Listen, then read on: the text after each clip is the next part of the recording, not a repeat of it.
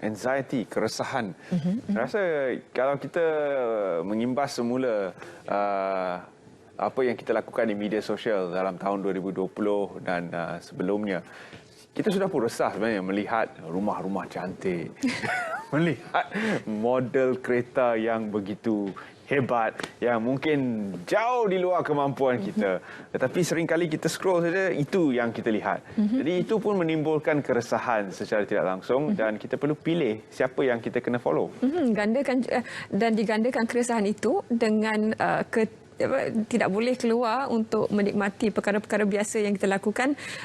Sekarang ini banyak gambar throwback dan ada juga yang saya lihat di laman media sosial baru-baru ini mengatakan filter balik ataupun tapis balik apa yang kita lihat di media sosial, kerana apa yang kita baca ataupun kita ikuti itu sedikit sebanyak, sama ada kita sedari atau tidak, akan memberi impak kepada bagaimana kita menangani situasi pandemik ini. Sekiranya semuanya vaksin ini berbahaya, ini sekiranya kita dihujani ataupun dimomokkan dengan berita-berita yang negatif, jadi alangkan PKP itu 5 hari sekalipun akan tetap dilalui dengan situasi penuh negatif. Jadi bagaimana untuk memilih kandungan media yang sihat ini merupakan satu aspek yang sangat penting dalam menangani situasi seperti ini. Baik, kita akan bersama dengan tetamu kita untuk membincangkan tentang keresahan dan bagaimana untuk mengawal penggunaan media sosial ini. Kita bersama semula dengan Fudail Hakimi Arif yang merupakan kaunselor dari Perdana Universiti. Terima kasih Fudail kerana bersama kami melalui Skype pagi ini. Sama-sama, Terence. Dan mukadimahnya kepada penggunaan media sosial itu sendiri secara amnya, adakah itu menimbulkan keresahan pada pendapat anda? Okey. Itu yang tadi kalau dengar statement Terence dengan Zaliha kan, macam amboi, biasa dia tu. Kan, kadang-kadang orang memilih untuk posting yang perkara-perkara yang tidak wajar lah. Okey. Sebenarnya media sosial ni macam Terence cakap tadi kan, kita tengok orang kereta baru, rumah besar kan. Macam Zaliha cakap throwback, gambar-gambar lama dan sebagainya. Sebenarnya itu memainkan peranan penting dalam individu maupun masyarakat. Sebab sekiranya anda tersalah pilih, anda yang akan tanggung akibatnya.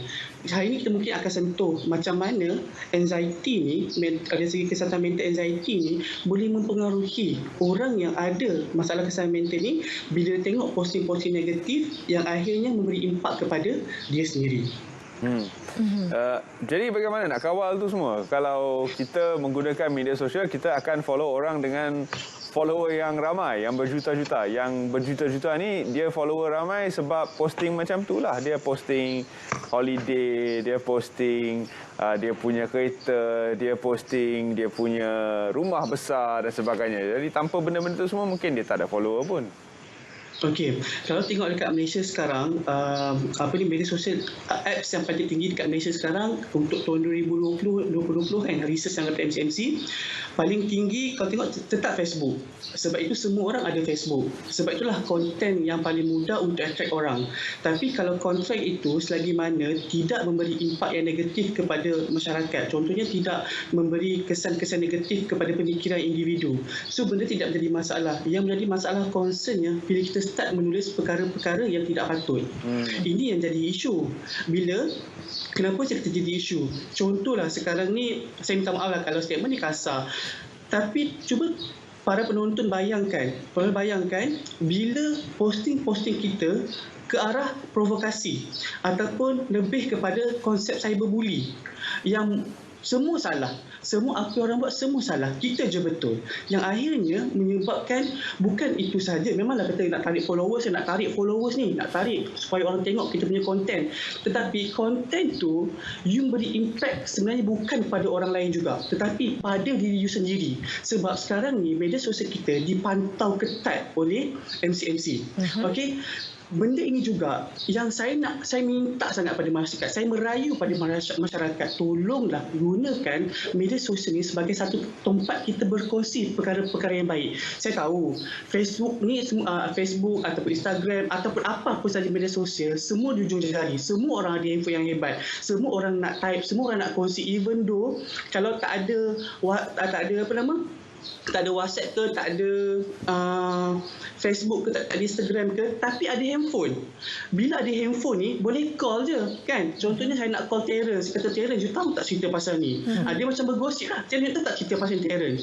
You tahu tak Zaleha ni Terence sebenarnya dia bagi tahu I yang vaksin jangan ambil sebab kawan dia ambil semalam demam. Lepas tu Terence pula sampai kepada Arif. Arif, tadi Zaleha call I, tambah sikit bagi sedap sikit cerita tu. Kan? Sebab bagi sedap cerita tu yang akhirnya orang kata betul, Terence Zaleha cakap betul. Tapi sebenarnya fakta tu salah.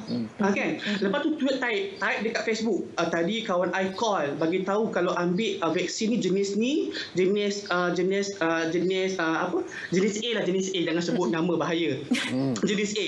Tak tulis panjang kritik semua, berbahaya, memberi kesan impak, demam. Lepas tu tiba-tiba boleh kena chikungunya contoh, boleh pula kena heart attack kalau ambil. Sebenarnya kalau ikut vaksin asal, kalau ambil kesannya simple saja, mungkin rasa sakit, kebas, itu saja. Tapi disebabkan nak momok-momok supaya orang nak tengok dia punya Facebook, nak tengok dia punya konten, so tulislah benda-benda yang macam tu, akhirnya memberikan kesan negatif kepada si orang yang ada kerasahan masalah mental ni tadi.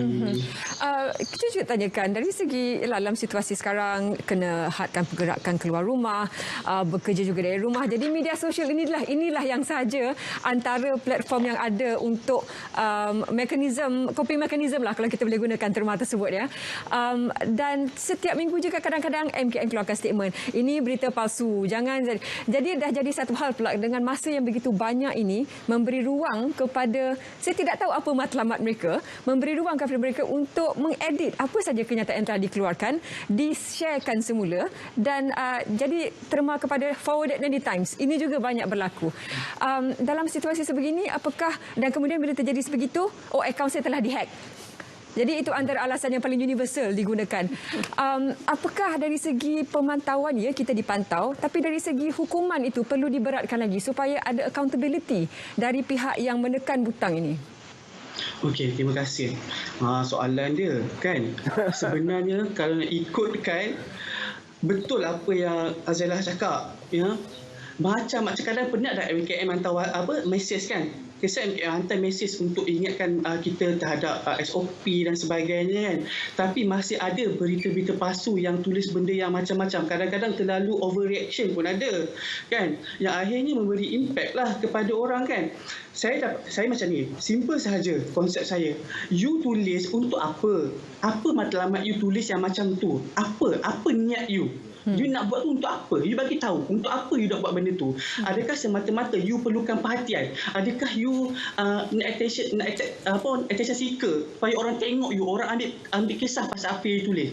You tahu tak, kadang-kadang bila kita pengguna media sosial ni tulis benda yang pelik-pelik, saya risau kadang-kadang benda-benda ini yang beri impact kepada orang lain. Orang yang baca, macam tadi cakap tadi kan, follower, orang nak tengok tu yang kadang beri impact. Maybe you tulis, you for okay saja. Sebab sekarang ni kalau tengok, MCMC pun memantau, SKMF pun memantau penggunaan media sosial di kalangan masyarakat. Tetapi kadang-kadang orang guna alasan, bila kita pakai tenaga, saya punya media sosial kena hack. Media sosial saya, ada kawan saya guna, dia hack saya punya media sosial. Tapi bukan ke setiap media sosial tu ada password? Bukan ke setiap handphone masing-masing ada password? Betul. Logik kan? Logik. Saya boleh katakan semua orang yang ada handphone canggih ni akan ada password dalam handphone dia. Takkanlah you cerita password you pada kawan sebelah you. Takkanlah you cerita password you kat semua orang. Logik kan? So dekat sini, kalau you tak berani nak ambil risiko, you jangan buat. Kalau you rasa statement yang you buat tu tak betul, you stop. Kalau you rasa macam you geram sangat nak tulis sangat, you post, you jangan public. You sikat draft je. Kan? You dah geram sikit, you nak tulis juga yang berita you sampaikan ni, you rasa macam inilah berita yang paling tepat yang aku dapat. Tapi tak check pun. Betul yang Zaleha dengan Terence sekarang ni, orang tak check pun, orang tak cari pun kesahihan tu. Orang just baca, tengok, ni betul ni, repost. Macam Zaleha cakap tadi, ni betul, forward daripada grup sebelah. Isunya tak sahih pun. Bila saya kata, tengok dulu dekat mana you dapat informasi. Tak nak buat sebab nak forward. Sebab manusia ni, individu ni lebih faham kepada konsep-konsep yang macam ni. Berita ringkas, cepat dan padat. Dan sensasi. Sensasi. Betul. Dan sensasi itu isu dia. Ya, sensasi. Ada beberapa penceramah dari luar negara yang berpendapat bahawa ruangan seperti Twitter dan Facebook ni sebenarnya membuka ruang kepada mereka yang menulis kertas-kertas research paper dan sebagainya untuk berinteraksi dengan mereka yang tak pernah baca buku pun. Jadi itulah hujahnya akan jadi bercelaru dan tidak ada tujuan kerana yang tahu berhujah dengan yang pala tahu. Dan kerana talian perbincangan kita pagi ini enjin makin panas, kita juga menerima panggilan juga komen daripada para penonton kita dari Melaka. Kalau kita boleh ambil seorang pemanggil ya. Hello, selamat pagi. Selamat pagi. Selamat pagi. Siapa di talian? Selamat pagi. Syam dari Melaka lah. Okey, silakan dengan soalannya. Soalan saya begini, saya ni selalu menggunakan media sosial seperti Facebook, FB, dan juga pada Instagram. Dan juga saya seronok apabila ada orang yang sealiran dengan saya. Jadi saya menggunakan FB ke Instagram ke, meluahkan segala perasaan dan kadang-kadang kecaman lah. Jadi kawan saya menyokong, jadi saya naik seronok dalam membuat perkara beginilah. Okey. Jadi apabila ada searian dengan rakan ramai dalam media sosial, saya dapat berinteraksi dengan mereka. Jadi soalan saya, wajarkah saya meluahkan perasaan ataupun stres, kecaman dan dibantu oleh rakan saya yang searian dengan saya, menyokong. Okey. Itulah. Sebelum tuan pergi, saya nak tanya, akaun media sosial tuan ni ada nama ke diguna secara anonymous ataupun tidak bernama? Ya, ada nama. Pakai nama? Okey, bagus. Ya, sama. Terima kasih Encik Syam. Baik, Encik Fadal, silakan. Ini support system pun ada, tetapi dari segi etika tu, bagaimana pandangan? Okey, Cik Syam. Betul, kita akan rasa seronok, kita akan rasa lebih excited bila statement kita tu orang komen. Betul lah, aku setuju. Lepas tu tambah lagi api kemarahan tu kan. Tapi kita kena ingat, adakah bahasa yang kita guna tu sesuai untuk dibaca oleh orang lain. Sebab kita kena ingat, kita pergi media sosial ni bukan kita seorang, bukan kawan-kawan kita, ada di keluarga, mungkin anak kita, mungkin anak saudara, mungkin orang yang respect kita. Tapi sebabkan bahasa yang kita tulis ni, orang hilang respect. Bila jumpa kat luar nanti orang kata, dia pun sama je macam aku.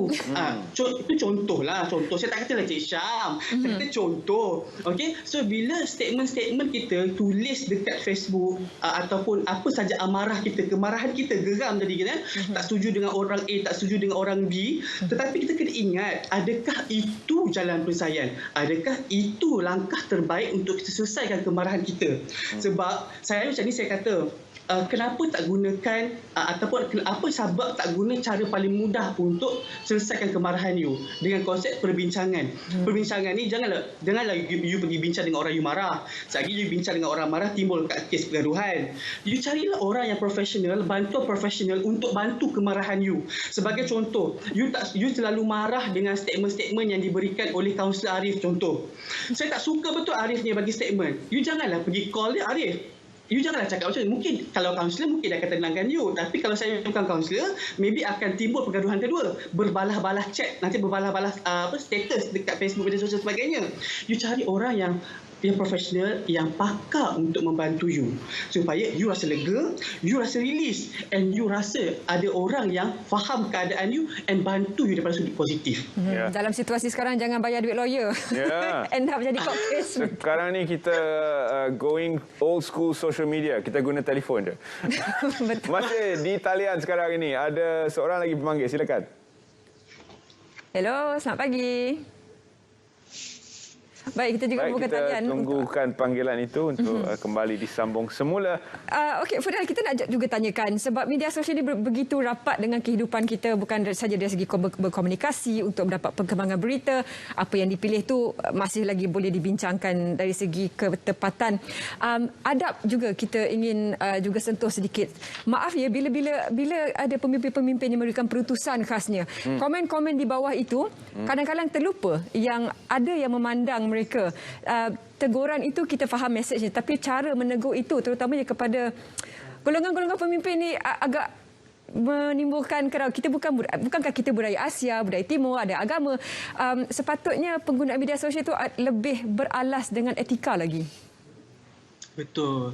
Sepatutnya kalau ikut dengan kita, warisan kita, tak kisahlah apa bangsa pun, kita dipenuhi dengan adab. Dipenuhi dengan adab, dipenuhi dengan tata susila. Tapi disebabkan kita merespon dengan sifat kemarahan ataupun amarah. Inilah saya kata tadi, mula-mula saya kata, apa matlamat you reply? Kadang-kadang orang nak bagi you message, orang nak cerita you apa yang berlaku, orang nak bagi input, terima dengan hati yang terbuka. Kalau you boleh kritik orang, orang juga boleh kritik you. Kalau you boleh nasihat orang, orang juga boleh nasihat you. Win-win situation. Menang. So, kita kan nak sama-sama nak menang. Okey? Sama-sama nak menang, sama-sama nak berjaya. Sama-sama orang kata apa nak guna media sosial ini. Sama-sama nak bebas daripada COVID-19.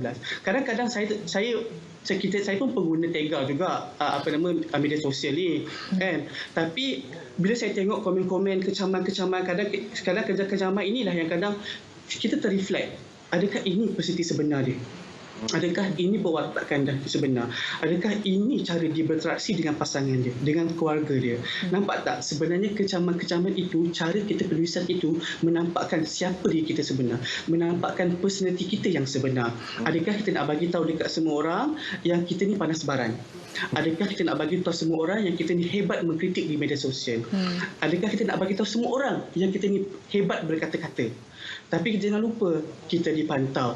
Bila you guna nama nama kebiasaannya lah, kalau kita tengok orang yang komen pelik-pelik ataupun menggunakan bahasa-bahasa negatif ni, dia tidak menggunakan nama sebenar. Betul. Dia menggunakan ID dia manja, sayang abangku Intan, permata cinta hati. Dia tak guna nama sebenar. Okey? Dia tak guna nama sebenar. Tapi untuk selamat. Tapi jangan lupa, negara kita ada peraturan dan negara kita ada undang. Mungkin hari ini terlepas, esok itu terlepas, lusa terlepas. Tetapi impak dia nanti selepas itu. Kesian keluarga you, kesian diri you sendiri. Tak pasal-pasal kena ambil tindakan disebabkan sikap you sendiri. Dia macam tu. Baik, terima kasih kita ucapkan kepada Arif kerana sudi bersama kami di talian sekali lagi untuk berbincang tentang isu kesihatan mental. Kali ini menjurus kepada penggunaan media sosial. Terima kasih Arif. Sama-sama.